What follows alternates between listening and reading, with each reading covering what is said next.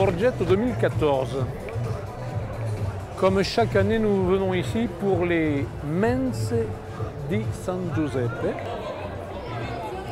Un événement tout à fait incroyable, dont l'origine se perd dans la nuit des temps et qui est pas mal connoté par la culture juive.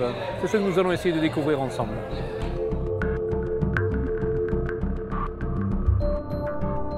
Est une grande manifestation populaire, c'est devenu un petit peu la fête du village.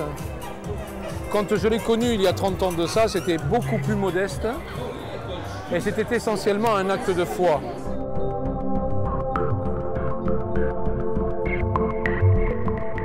De préparer à l'intérieur de leur propre maison une pièce entièrement décorée et préparée pour remercier Saint Joseph pour une grâce reçue ou bien pour lui demander une intervention.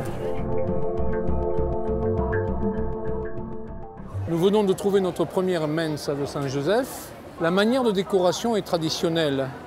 Du laurier, elle va comporter des oranges, des citrons, des cédrats. On va essayer de rentrer. Joseph, Marie et l'enfant Jésus. Toutes les familles qui ont préparé des autels recevront les pauvres de la paroisse. Borgetto est l'endroit de toute la Sicile occidentale où c'est le plus suivi, simplement parce que nous trouvons ici un orphelinat. Et donc demain, dans les 40 maisons qui ont préparé ces autels, ce seront les orphelins qui seront reçus dans le rôle qu'ils apprennent déjà depuis plus d'1 mois. Il y a une appropriation des rituels par le peuple que l'Église assez intelligemment a laissé faire. Toutes les denrées alimentaires qui seront servies durant le repas des saints doivent être préparées par 3. Une pour chacun des saints de ce trio, Marie, Joseph et Jésus. Durant le repas, tout sera servi 3 fois après le repas des saints. Eh bien, tout devient prétexte à un banquet sur le lieu même où l'on a consacré à cette tradition.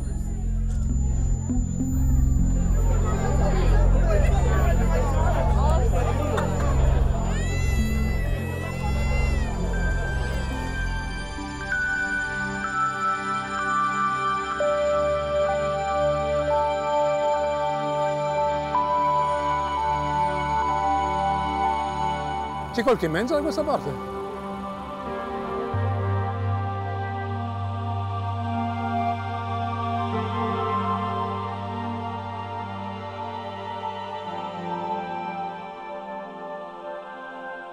On va faire des cadeaux aux pauvres. Ces cadeaux peuvent être des vêtements, des chaussures, des produits alimentaires, mais tout doit toujours être par 3. C'est ce que l'on trouve ici. Giuseppina vient de me dire qu'elle a déjà organisé cette mensa il y a 16 ans de ça et ça fait la 2e année consécutive maintenant qu'elle le refait pour remercier Saint Joseph de ses nombreuses interventions en sa faveur et à la faveur de sa famille. Grazie per l'ospitalità. Prego. La Sicile est une terre extraordinaire pour sa richesse en matière de pâtisserie, parmi lesquelles nous reconnaissons ce qu'on appelle les sphinx de Saint-Joseph, qui est peut-être le gâteau le plus ancien d'Europe, puisque c'est d'origine romaine. Les soldats romains faisaient déjà cela. Le cannolo sicilien, four de ricotta fraîche, ensuite toute une série de biscuits secs, des merveilles. Et il ne manque pas non plus la traditionnelle brebis de la tradition pascale. Même si ce n'est pas tout à fait le moment, on rentre avec la Saint-Joseph dans ce moment qui nous mène tout droit vers Pâques. Et donc on trouve déjà la brebis, qui pour nous en Sicile est la brebis de Favara.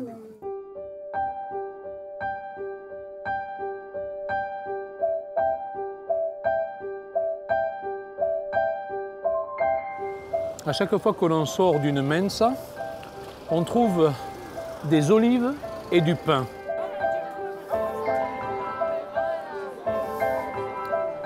Nous sommes en pleine nuit, dans un petit village d'à peu près 8000 habitants. Et ce qui est encore plus surprenant, c'est qu'il y a toutes les générations présentes. C'est donc une immense fête qui célèbre la famille et toute la communauté.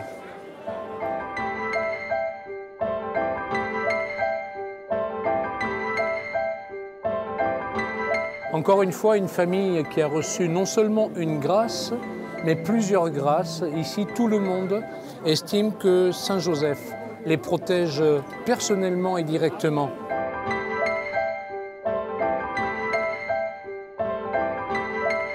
Mais ce qui est extraordinaire, c'est 3 mois de travail, toute la famille réunie, pour faire oublier que l'on est dans un garage.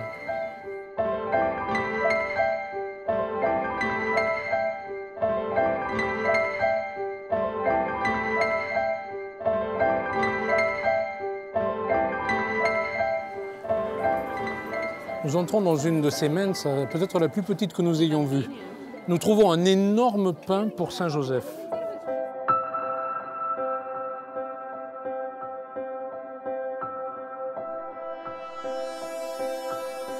Nous avons vu la tradition paysanne, parfois mal comprise, une tradition du pain qui s'inscrit dans celle du pain azim des Juifs.